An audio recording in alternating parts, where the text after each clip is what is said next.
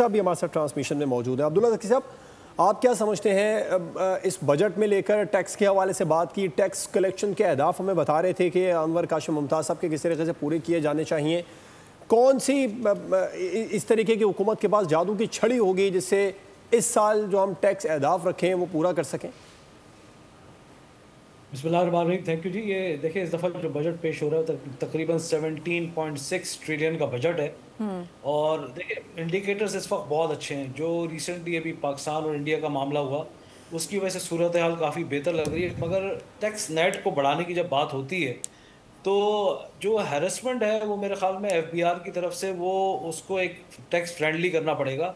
आपको पता है तकरीबन 25,000 लोगों का स्टाफ है जो एफबीआर में काम कर रहे हैं, और अनफॉर्चुनेटली टैक्स नेट में जो आ जाता है उसी के ऊपर टैक्स का बोझ जो है वो डाला जाता है। तकरीबन 3.5 मिलियन जो है ना वो एनटीएन होल्डर्स हैं, जिसमें एक्टिव टैक्स पेयर जो है 1.2 मिलियन है। और उसमें से अगर आप कहें तो तकरीबन 5 मिलियन जो है वो तकरीबन नौकरी पेशा लोग हैं जो मल्टीनेशनल या फिर बैंक्स में हैं। तो टैक्स नेट को बढ़ाने के लिए आपको फैसिलिटेट करना पड़ेगा। जो एक हमारे यहाँ अनफॉर्चुनेटली जब टैक्स नेट में कोई आना इसलिए नहीं चाहता क्योंकि हैरेसमेंट, इनडायरेक्ट टैक्स देखिए हर कोई दे रहा होता है। डायरेक्ट टैक्सेस में इस दफ़ा भी इजाफा हुआ, तकरीबन आप समझ लें 2.48 समथिंग परसेंट जो है ना टैक्स में इजाफा हुआ।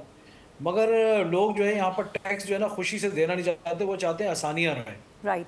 हम जब आसानी की तरफ जाते हैं तो वो उसी के ऊपर लोड डाल दिया जाता है, उसी को हैरास किया जाता है। यहाँ पर कोई टैक्सेशन के डिपार्टमेंट जब नोटिस आते हैं तो उसी को नोटिस आते हैं जो टैक्स एनटीएन होल्डर होता है।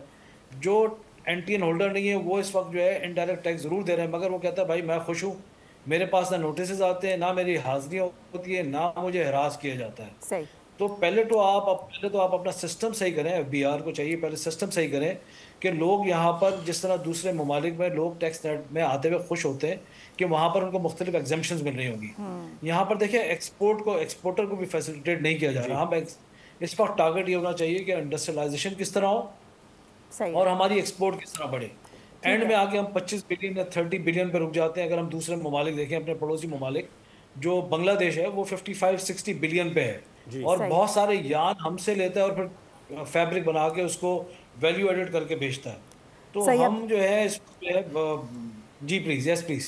ठीक है अब्दुल्ला, सब्सक्राइब करें और बेल दबाएं ताकि कोई खबर रह न जाए।